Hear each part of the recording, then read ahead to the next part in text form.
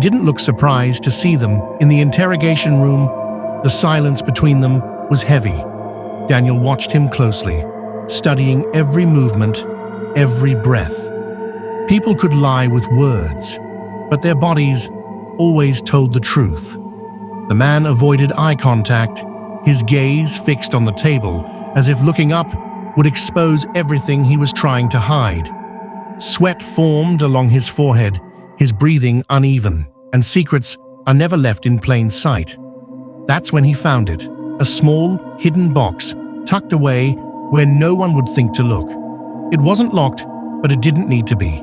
Whoever hid it believed it would never be found.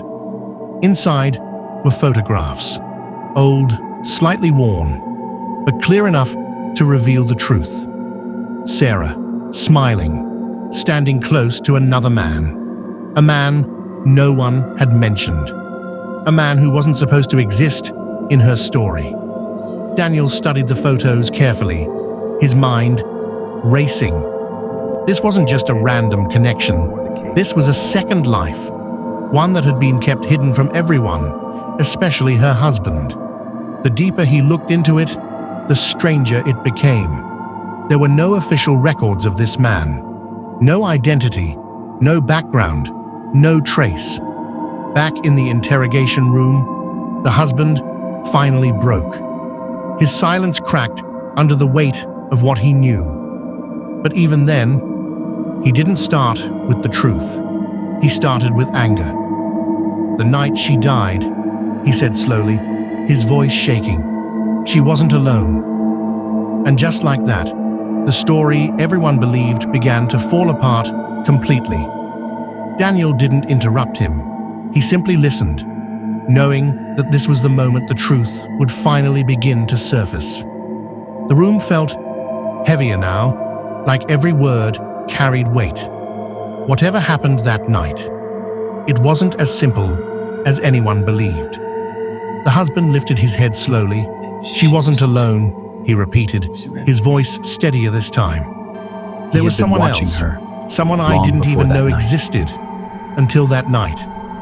His words came slowly, like he was reliving every second. Daniel's mind immediately went back to the photographs. It was all starting to connect, piece by piece, forming a picture far more complicated. That night, the husband continued, I followed her. His voice dropped slightly, filled with something darker. Jealousy, anger, maybe even regret. I don't know what I'd do without you. I needed to know the truth. He described how he watched from a distance as Sarah met the man from the photos.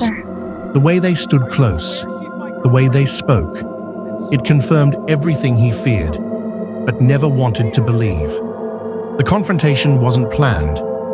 It happened suddenly, driven by emotion rather than thought. Words were exchanged, voices raised, and in that moment, everything spiraled out of control. There were 3 of us, he said quietly, not 2. Daniel leaned back slightly, processing it all. If there were 3 people there, then the body in the forest and the empty grave meant someone had manipulated the entire situation. What happened next? Daniel asked, his voice calm but direct.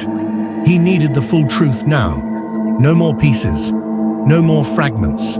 It wasn't supposed to happen, he said. It just happened. But those words weren't enough. Not anymore. In the chaos of that moment, someone fell. Someone stopped moving. And in the darkness, under pressure, decisions were made. Fast, desperate, irreversible decisions. I panicked, he admitted. I didn't think, I just acted.